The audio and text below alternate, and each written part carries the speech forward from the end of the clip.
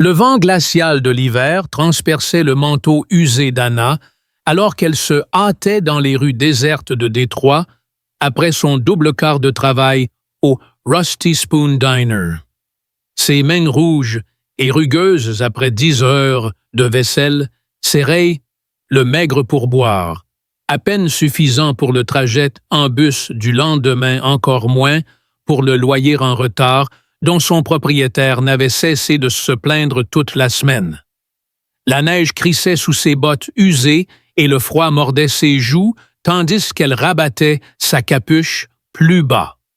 Détroit en janvier était implacable, un labyrinthe gris, de béton et de bâtiments délabrés, où l'espoir était aussi rare que la lumière du jour. Les réverbères le long de Jefferson Avenue clignotaient, projetant des ombres inquiétantes sur le trottoir enneigé, alors que Anna empruntait la ruelle derrière la rue, un raccourci qu'elle utilisait depuis des années. Elle avait parcouru ce chemin d'innombrables fois, mais ce soir-là, l'air semblait plus lourd, le silence plus oppressant. Son souffle formait de petits nuages dans l'air glacial, et ses pensées tournaient autour de l'examen imminent de sa formation d'infirmière. À un semestre seulement de son diplôme, l'épuisement constant et les soucis financiers rongeaient sa détermination. Elle pouvait à peine se permettre les manuels scolaires, encore moins les frais de scolarité qui s'amoncelaient comme une montagne devant elle. Soudain, elle trébucha presque sur une silhouette sombre, à moitié cachée entre un pick-up rouillé et le mur de briques, érodé d'une boutique abandonnée. Au début, Anna pensa qu'il s'agissait d'un tas de vêtements jetés jusqu'à ce qu'elle remarque les chaussures en cuir brillant, scintillant sous la faible lumière du réverbère. Puis, elle vit le léger soulèvement d'une poitrine. Son cœur manqua un battement alors qu'elle s'agenouillait et tournait prudemment le corps. C'était un garçon 14 ans tout au plus, son visage d'une pâleur mortelle, ses lèvres légèrement bleuies. Il portait un uniforme d'école privée sous un coûteux manteau en cachemire totalement incongru dans ce quartier délabré. « Et tu m'entends » murmura Anna, sa voix tremblant légèrement alors que sa formation d'infirmière prenait instinctivement le dessus. Elle posa 2 doigts sur son cou, sentant un pouls faible, mais régulier. Aucune blessure visible, mais sa peau était froide et moite, des perles de sueur sur son front. Les symptômes étaient indubitables, hypoglycémie, une chute dangereuse du taux de sucre dans le sang. Anna avait vu assez de cas durant ses stages pour reconnaître les signes immédiatement. Ses mains agirent rapidement, fouillant ses poches à la recherche d'une pièce d'identité de médicament ou de quoi que ce soit qui pourrait aider. Ses doigts se refermèrent sur un smartphone lisse avec un étui qui coûtait probablement plus que son salaire hebdomadaire.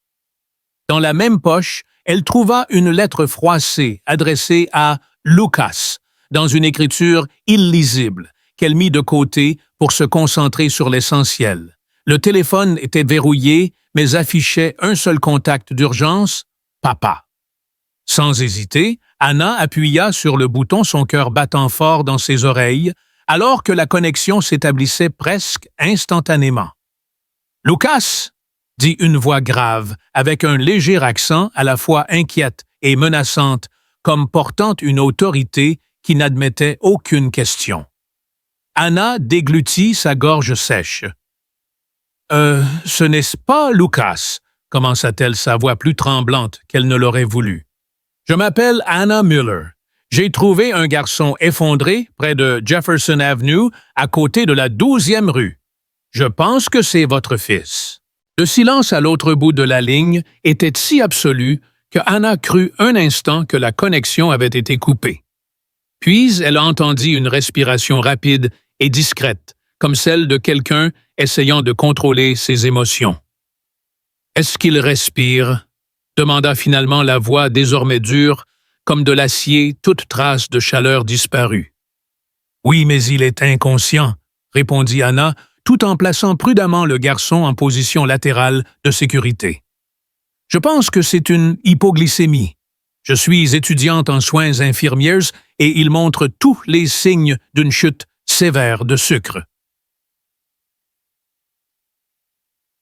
Ne le déplacez pas, ordonna l'homme sa voix si froide qu'un frisson parcourut l'échine d'Anna. N'appelez personne. Je serai là dans 10 minutes. Restez exactement où vous êtes et gardez-le au chaud.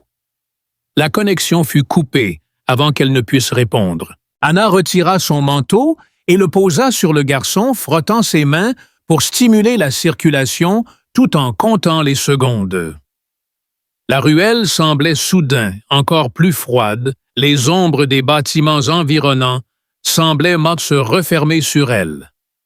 Exactement 8 minutes plus tard, elle entendit le grondement sourd d'un moteur suivi du léger crissement des pneus sur l'asphalte gelé. Un SUV noir aux vitres teintées s'arrêta au bord du trottoir, sa présence semblant avertir la nuit elle-même. 3 hommes en sortirent leurs mouvements parfaitement synchronisés. 2 prirent position de chaque côté du véhicule, leurs yeux scrutant les environs avec une précision militaire, tandis que le 3e avançait vers Anna d'un pas décidé. Même de loin, elle ressentit l'autorité qui émanait de lui. Grand imposant, vêtu d'un manteau taillé sur mesure, qui ne cachait pas tout à fait la bosse d'un holster d'épaule. « Victor Koenig !» se présenta-t-il brièvement en s'agenouillant près du garçon, ses mouvements précis et dénués de la panique qu'un parent ordinaire aurait montré. Ses traits étaient nets aristocratiques, avec des yeux sombres qui balayaient dans la rue avant de se fixer sur Anna avec une intensité semblable à un laser. « Vous avez dit hypoglycémie ?» demanda-t-il, tout en sortant un petit kit médical de sa poche avec une efficacité experte. Anna hocha la tête, incapable de détourner son regard. Oui, sa peau est moite, son pouls est faible, mais stable. Il présente les symptômes classiques.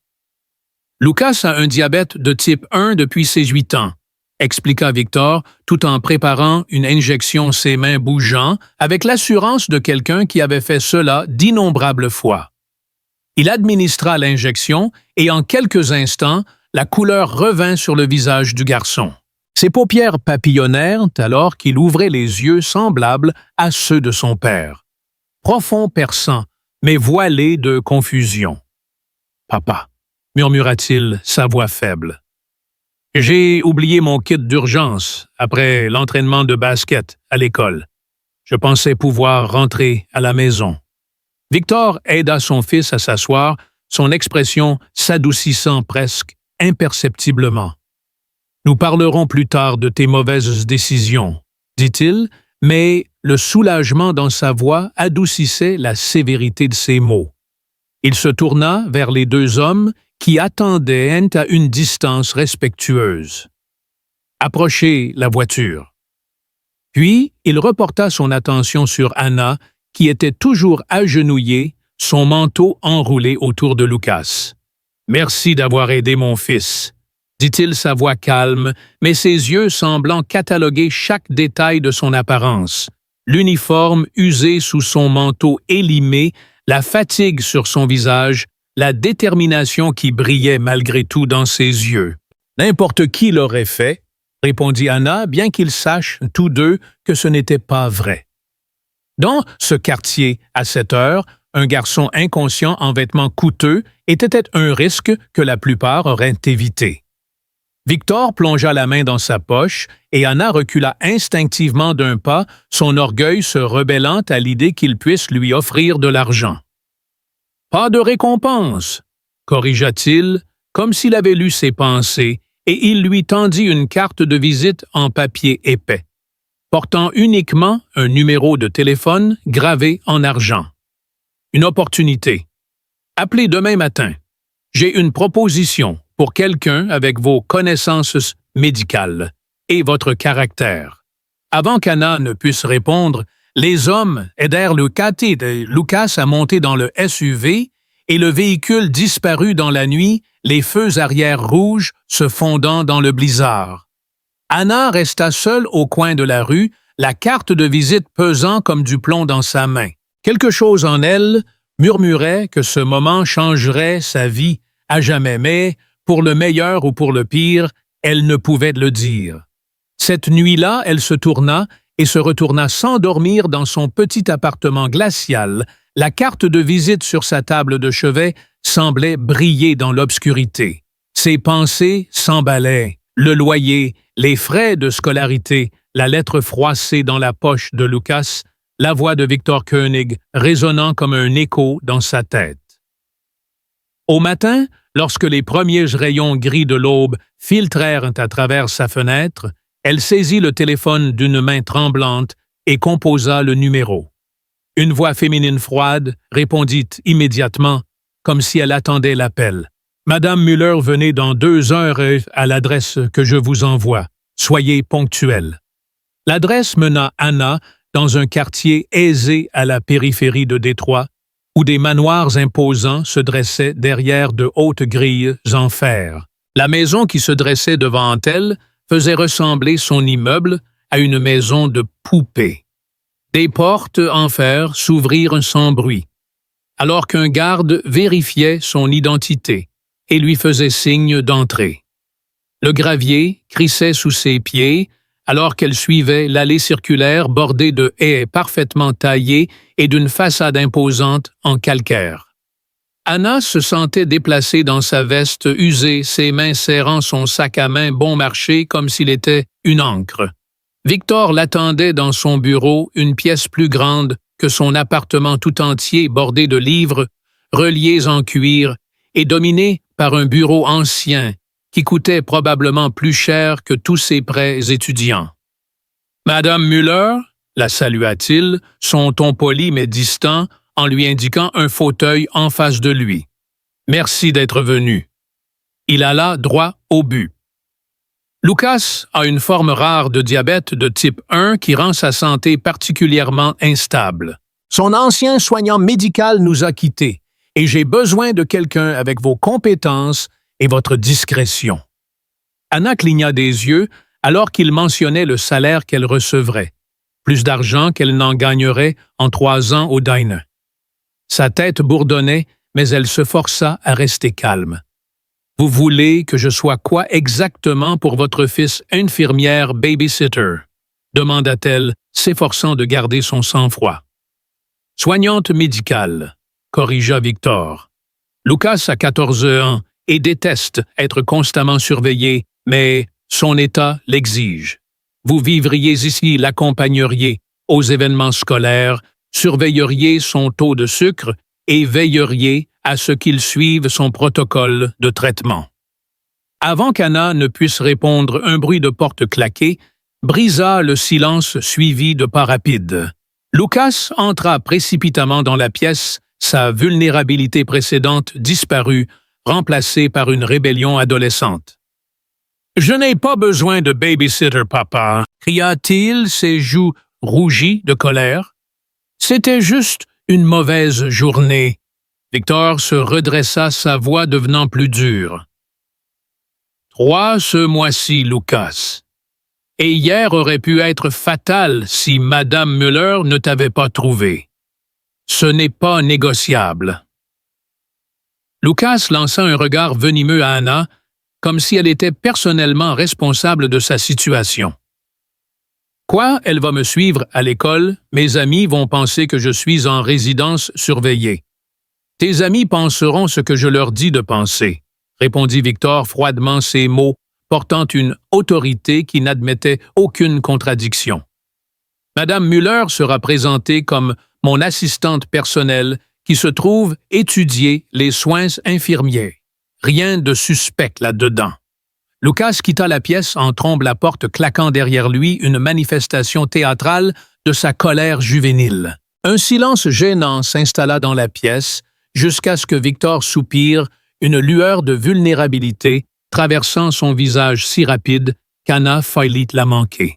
« Il y a quelque chose que vous devez savoir, » dit-il doucement, ouvrant un tiroir dont il sortit un dossier épais.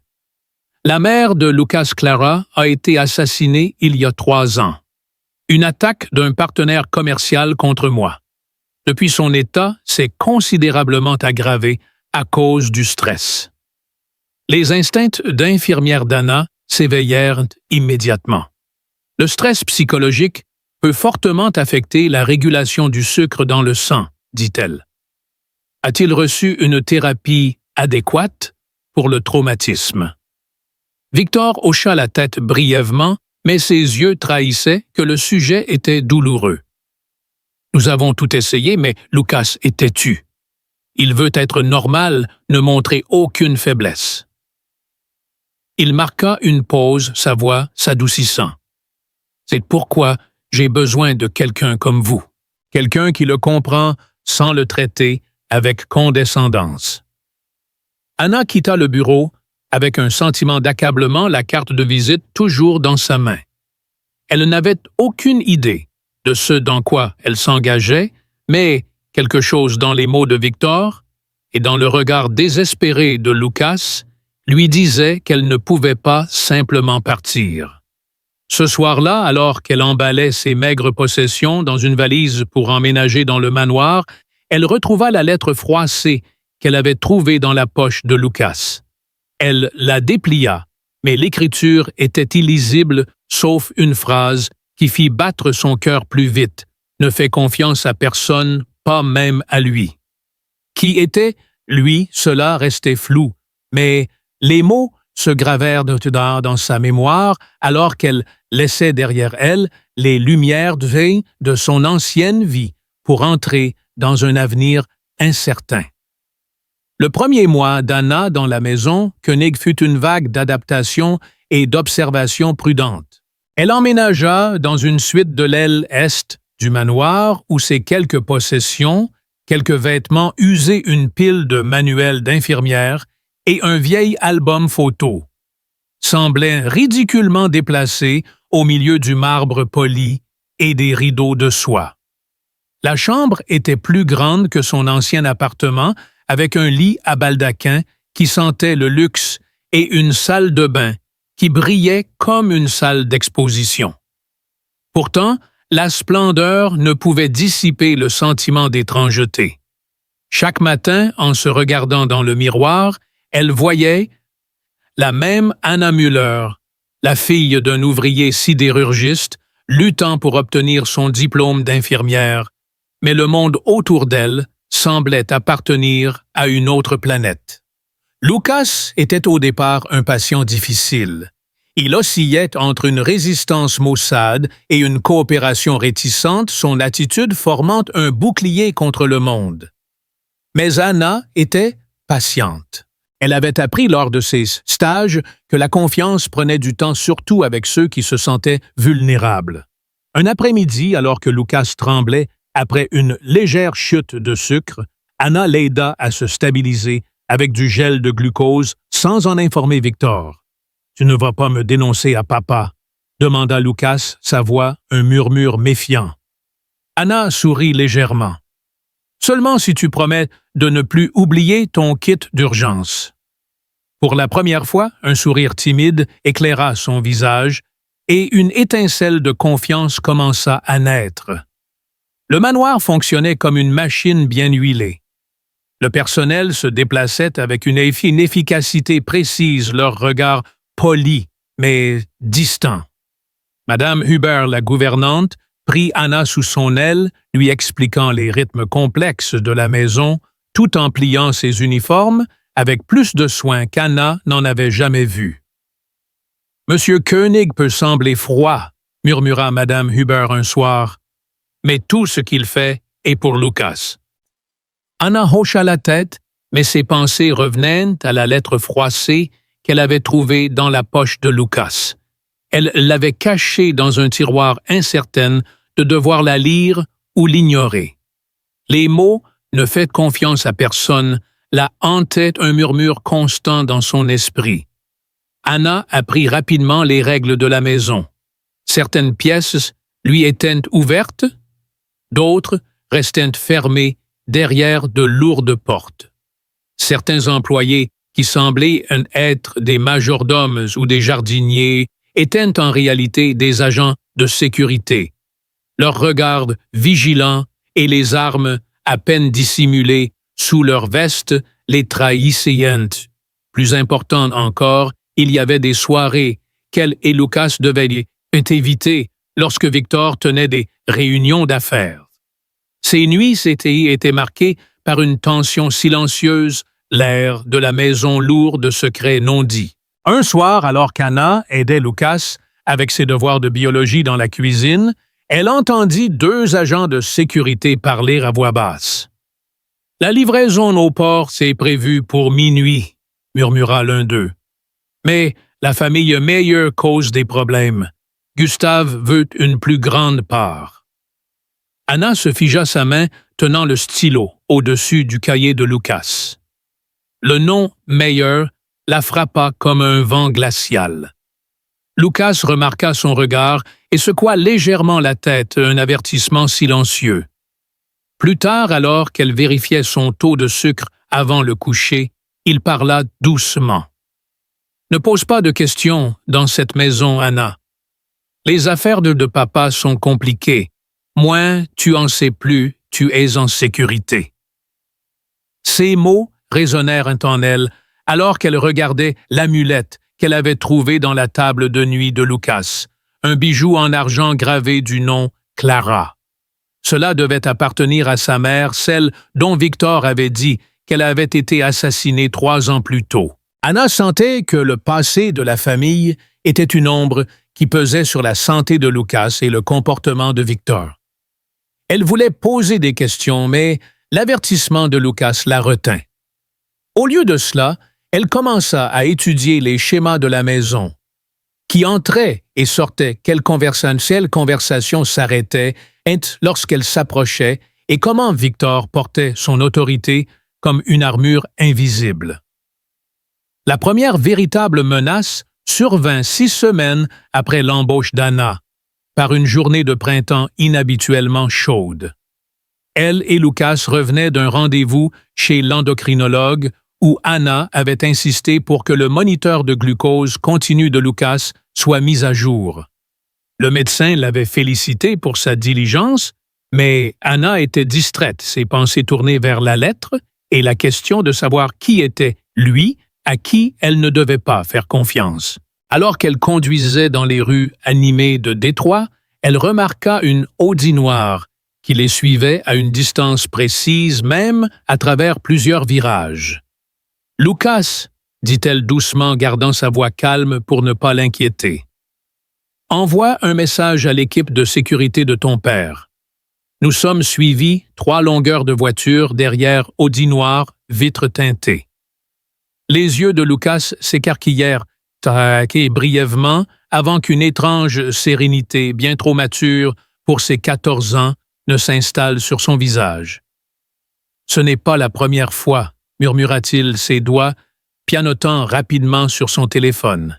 « Papa a des rivaux qui aiment lui rappeler qu'ils connaissent ses déplacements. » En quelques minutes, 2 SUV discrets apparurent se glissant habilement entre la voiture d'Anna et l'Audi. Les poursuivants disparurent lorsqu'ils atteignirent les portes du manoir, mais l'incident laissa un malaise persistant dans Anna. Elle sentait qu'elle était entrée dans quelque chose de bien plus grand, quelque chose qui dépassait largement ses fonctions de soignante de Lucas. Ce soir-là, elle fut convoquée dans le bureau de Victor, où il étudiait des images de surveillance sur un grand écran, son expression froide comme la glace. « Tu as repéré le poursuivant immédiatement », constata-t-il, rembobinant l'enregistrement pour montrer le moment où Anna avait remarqué l'Audi dans le rétroviseur. La plupart ne l'auraient pas fait. On n'a pas fait. Anna haussa les épaules, s'efforçant de cacher sa nervosité. « Mon quartier n'était pas vraiment sûr. On développe des instincts quand on rentre seul à pied la nuit pendant des années. » Victor s'adossa à son siège, ses yeux sombres, l'observant avec un intérêt qui la rendait nerveuse, comme s'il réévaluait un puzzle. Ce n'était pas seulement de l'instinct, dit-il finalement. C'était de la vigilance, une qualité rare. Il marqua une pause ses doigts, tapotant légèrement le bureau. La famille Meyer organise une gala de charité au Riverfront District samedi prochain. J'y assisterai et je veux que toi et Lucas veniez. Anna fronça les sourcils, le nom Meyer résonnant dans sa tête. « Ne sont-ils pas vos rivaux en affaires ?» demanda-t-elle prudemment. Victor sourit, une lueur dangereuse dans les yeux. « Officiellement, nous sommes des concurrents amicaux dans le commerce d'importation. Officieusement, Gustav Meyer essaie depuis des mois de découvrir l'état de santé de Lucas, pensant que c'est une faiblesse dans mon organisation. » Anna sentit son estomac se nouer. Ce n'était pas seulement un travail, mais une partie d'échecs où elle et Lucas étaient des pièces, ou peut-être des pions. « Pourquoi voulez-vous que je vienne ?» demanda-t-elle, sa voix plus calme qu'elle ne le ressentait. « Parce que ta présence est un signal, » répondit Victor. Elle montre que j'ai la situation de Lucas sous contrôle sans le cacher. C'est une démonstration de force. Il fit glisser une boîte sur le bureau ornée d'un ruban élégant. Pour le gala, les Meyer observent tout de même l'apparence. Anna ouvrit la boîte et trouva une robe en soie bleu profond si exquise qu'elle coûtait probablement plus cher qu'un semestre de sa formation. Une note dans l'écriture précise de Victor était jointe « Sois prête, la soirée sera cruciale ». Les jours suivants, Anna s'immergea dans son rôle apprenant le quotidien de Lucas, ses goûts et ses aversions. Elle remarqua qu'il tenait souvent l'amulette de sa mère dans sa main lorsqu'il pensait que personne ne le voyait. Une fois alors qu'elle lui appliquait un nouveau capteur pour son moniteur de glucose, elle demanda prudemment « Cette amulette appartenait à ta mère. » Lucas se raidit puis hocha la tête. « Elle me l'a donnée avant que tout n'arrive, » dit-il, sa voix à peine audible. Elle disait que ça me protégerait. Anna voulut poser plus de questions, mais la douleur dans ses yeux l'arrêta. Le gala approchait et Anna ressentait une inquiétude croissante. Elle avait l'impression de plonger dans un monde qu'elle ne comprenait pas, un monde de pouvoir, de secrets et de dangers cachés. Le soir du gala, elle se tenait devant le miroir de sa chambre, la robe bleue épousant ses formes comme si elle avait été faite pour elle. Mais en se regardant, elle se sentait comme une actrice, jouant un rôle qu'elle ne comprenait pas pleinement. Elle glissa la lettre froissée dans son sac à main, incertaine de pourquoi elle la prenait, mais poussée par un instinct qui la guidait depuis cette nuit dans la ruelle. Dans le manoir, un silence tendu régnait, alors qu'elle et Lucas se préparaient. Victor apparut dans un smoking taillé sur mesure, sa présence emplissant la pièce comme une tempête sur le point d'éclater. « Reste près de Lucas », lui ordonna-t-il, sa voix calme mais inflexible, « et garde les yeux ouverts. Gustav Meyer saisira chaque opportunité pour nous tester. » Lucas leva les yeux au ciel, mais Anna remarqua qu'il vérifiait son moniteur de glucose, ses doigts tremblant légèrement de nervosité. Le trajet jusqu'au gala les conduisit à travers les rues illuminées de Détroit, la skyline scintillant en arrière-plan comme une fausse promesse. Le manoir des Meyer, au bord du fleuve, était un palais de verre et d'acier, les lustres projetant une lumière scintillante sur les invités qui flottaient dans la salle de bal en robes coûteuses et sourires feints. Anna se sentait déplacée malgré la robe qu'elle portait. Chaque regard posé sur elle semblait être un test, et elle gardait Lucas dans son champ de vision, lui qui était inhabituellement silencieux, ses mains souvent posées sur son moniteur. Pendant le dîner, Gustav Meyer s'approcha de leur table, un homme aux traits acérés et au sourire qui n'atteignait pas ses yeux. Victor, quel plaisir de te revoir, dit-il, avec la fausse chaleur d'un vieil ennemi. Son regard glissa vers Anna, s'attardant de manière désagréable. « Et qui est cette charmante jeune femme ?» demanda-t-il, sa voix dégoulinante de curiosité. « Anna Müller, mon assistante personnelle, » répondit Victor avec aisance, sa main se posant de manière protectrice sur le dos d'Anna. « Elle étudie les soins infirmiers et aide à organiser mon foyer. » La conversation était une danse de politesse et de menaces voilées, chaque réponse de Victor soigneusement calculée. Anna sentait la tension monter surtout lorsqu'elle remarqua que les mains de Lucas tremblaient un signe avant-coureur.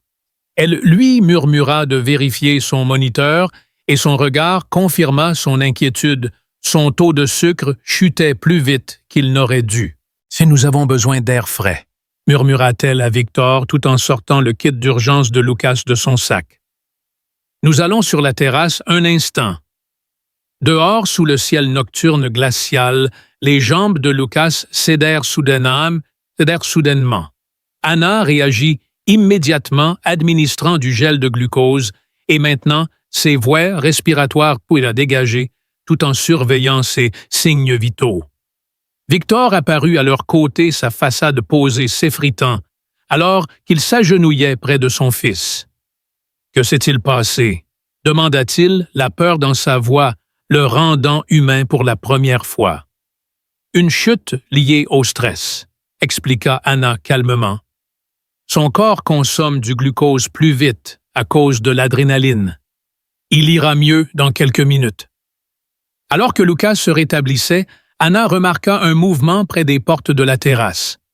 Gustav Meyer se tenait là, ses yeux brillants d'un intérêt non dissimulé, avant de disparaître dans la salle de bal. « Ah, il a tout vu !» murmura-t-elle, un frisson glacé parcourant son dos.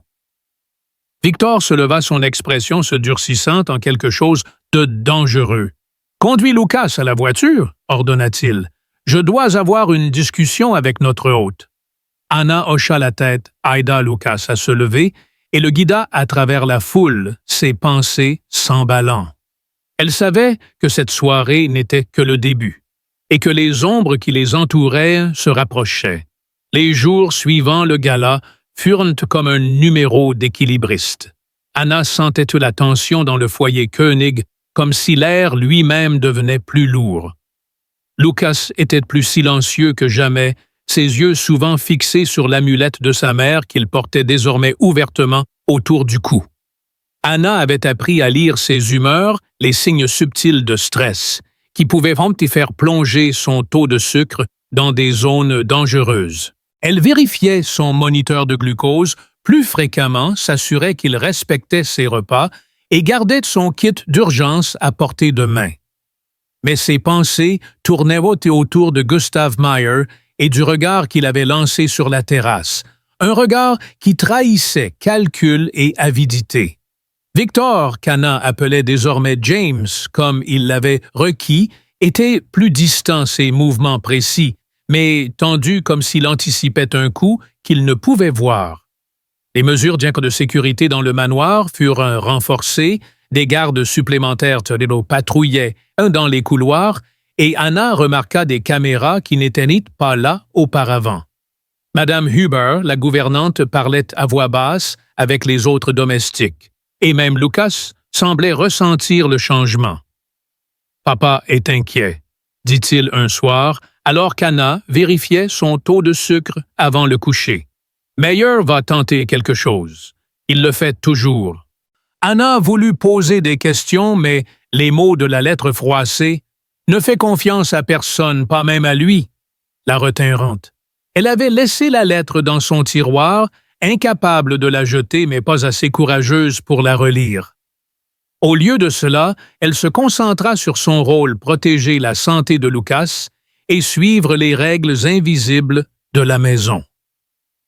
Mais la frontière entre son ancienne vie et cette nouvelle commençait à s'estomper. Ses amis de l'université communautaire envoyaient des messages auxquels elle répondait à peine, et Elena, sa meilleure amie, qui lui apportait autrefois du thé fait maison, demandait pourquoi Anna appelait si rarement. Anna avait l'impression de flotter entre deux mondes incapables d'appartenir pleinement à l'un ou à l'autre. 3 mois après le gala, Anna s'était presque complètement intégrée au foyer Koenig. Lucas n'était plus seulement un patient, mais un ami presque comme un petit frère. Sa santé se stabilisait sous ses soins vigilants et il commençait à lui confier de petits détails de sa vie. Comment il jouait autrefois au basket dans le parc avec sa mère ou comment il souhaitait parfois être un adolescent normal. Anna écoutait sans insister, sentant un lien fragile se former entre eux et des vœux. Mais les ombres du passé et les dangers du présent n'étaient chien toi mais loin. La tranquillité fut brisée par un matin frais de printemps lorsqu'Anna entra dans la cuisine et trouva James au téléphone, ses jointures blanches, serrant le combiné.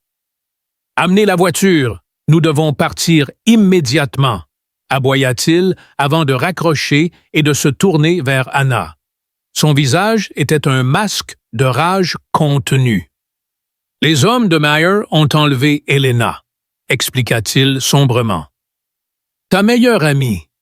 Ils la retiennent dans un entrepôt abandonné au port comme appât.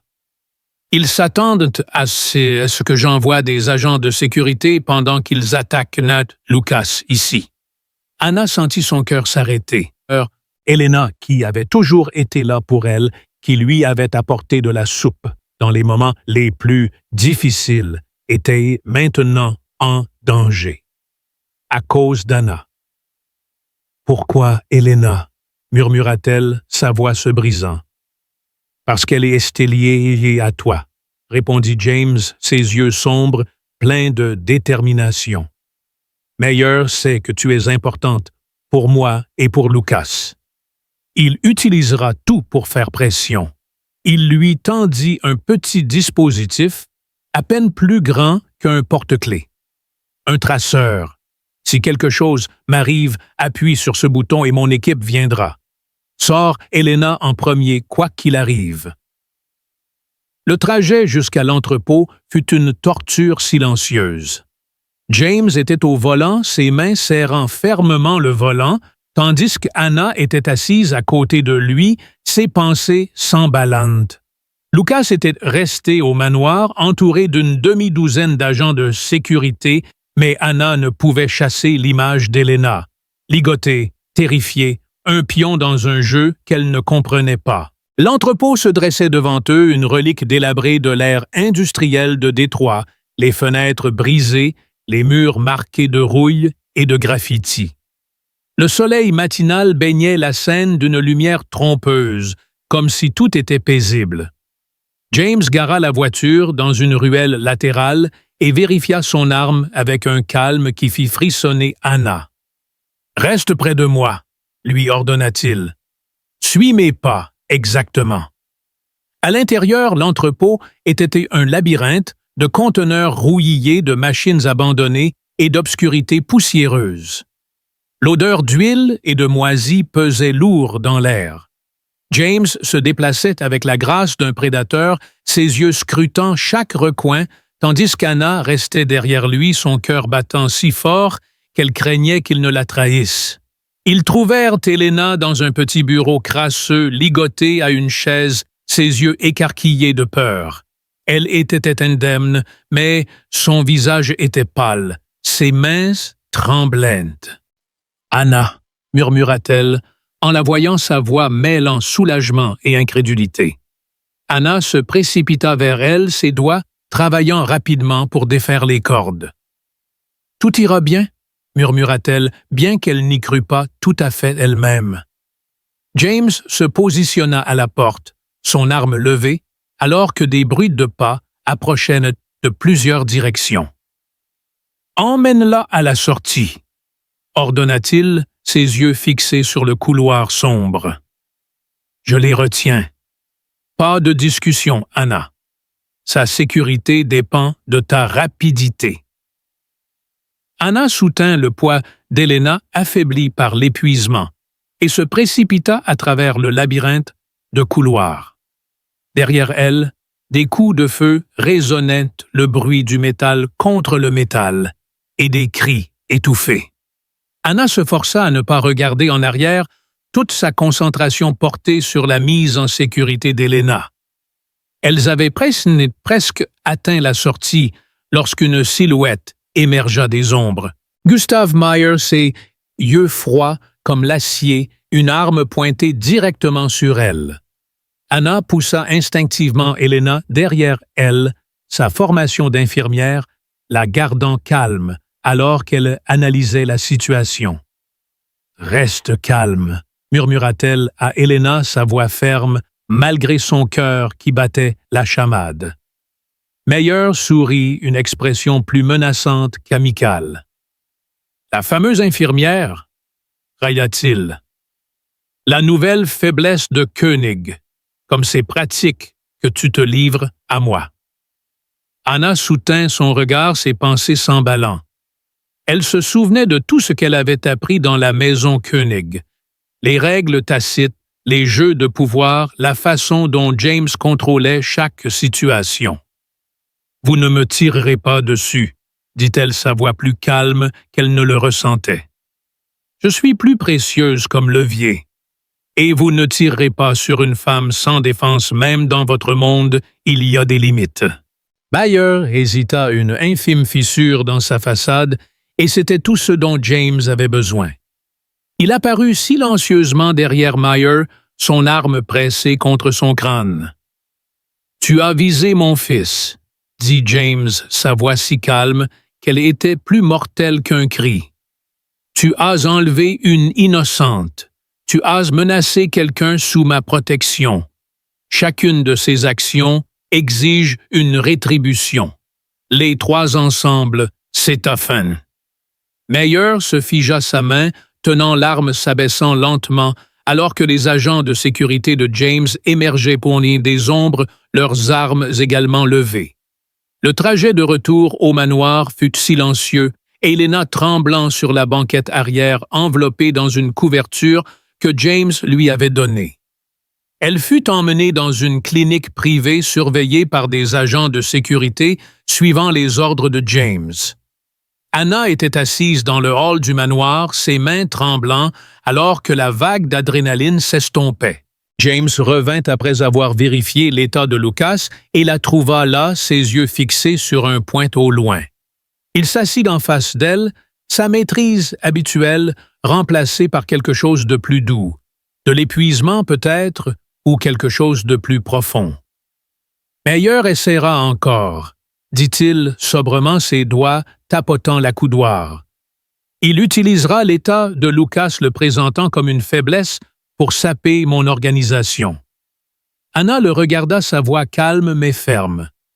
Vous avez passé des années à cacher son état, n'est-ce pas? Pas seulement pour sa vie privée, mais parce que dans votre monde, toute faiblesse est exploitée. James hocha la tête, ses yeux s'assombrissant. Ma femme Clara a été assassinée parce qu'elle était perçue comme ma faiblesse, dit-il, sa voix creuse d'une douleur encore vive après 3 ans. Je ne laisserai pas cela arriver à mon fils. Anna pensa à Helena, aux innocents de son ancienne vie. Ses amis d'université, le propriétaire du dîner, ses voisins, désormais en danger à cause de sa connexion avec James. « Vous auriez pu me sacrifier », dit-elle doucement, la question brûlant en elle depuis qu'ils avaient quitté l'entrepôt. Ça aurait été logique. Protéger Lucas, sacrifier l'infirmière.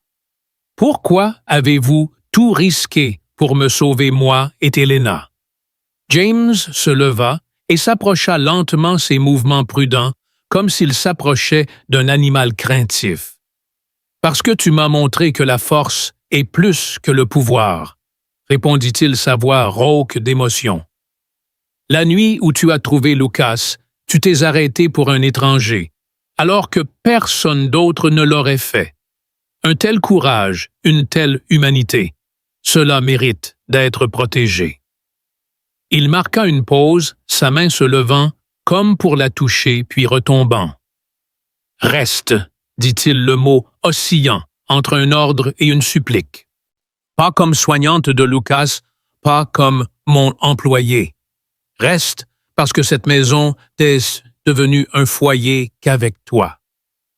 Anna sentit quelque chose changer en elle. La femme qu'elle était il y a 3 mois, l'étudiante infirmière épuisée luttant dans la pauvreté, était toujours là, mais elle était aussi devenue davantage. Elle avait navigué dans un monde de danger et de luxe, appris à comprendre le langage du pouvoir sans perdre son humanité. « Je reste », dit-elle finalement sa voix ferme. « Mais pas parce que vous le voulez. Parce que Lucas a besoin de moi. Et parce que je ne laisserai pas des gens comme Mayer gagner. » James hocha la tête, une lueur de respect dans les yeux. « Alors nous sommes d'accord, » dit-il. « Mais sois avertie, Anna. Ce monde ne donne rien gratuitement. Chaque pas que tu fais ici a des conséquences. » Il se tourna pour partir, mais ajouta avant de sortir, « Elena sera protégée.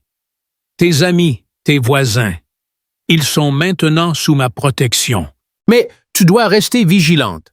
Mayer n'est pas le seul à observer. » Ils ont encore pause, disant. Les jours suivants, une normalité trompeuse revint dans le manoir.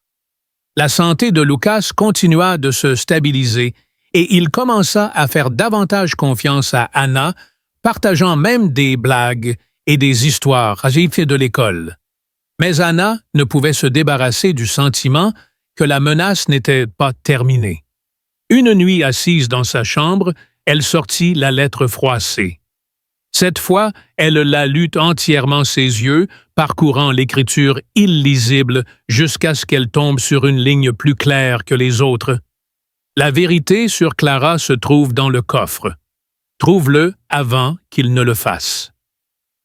La lettre n'était pas signée, mais Anna savait qu'elle venait de quelqu'un qui connaissait la famille et ses secrets. Elle rangea la lettre, ses pensées s'emballant. Qui l'avait écrite? Quelle était la vérité sur Clara et qui était il? Anna savait qu'elle devait être prudente, mais la curiosité et un profond besoin de protéger Lucas la poussaient. Elle avait choisi de rester dans ce monde non seulement pour Lucas, mais aussi pour trouver la vérité. Mais elle savait aussi que chaque pas plus profond dans le monde de James l'éloignait davantage de son ancienne vie et la rapprochait de dangers qu'elle pouvait à peine imaginer. Leçon, le voyage d'Anna était plus qu'une lutte pour la survie. C'était une preuve que le courage et la compassion peuvent briller même dans un monde rempli d'ombre. Elle apprit que la véritable force ne réside pas dans le pouvoir ou la richesse, mais dans la capacité à se tenir aux côtés des autres, même lorsque le coût est élevé.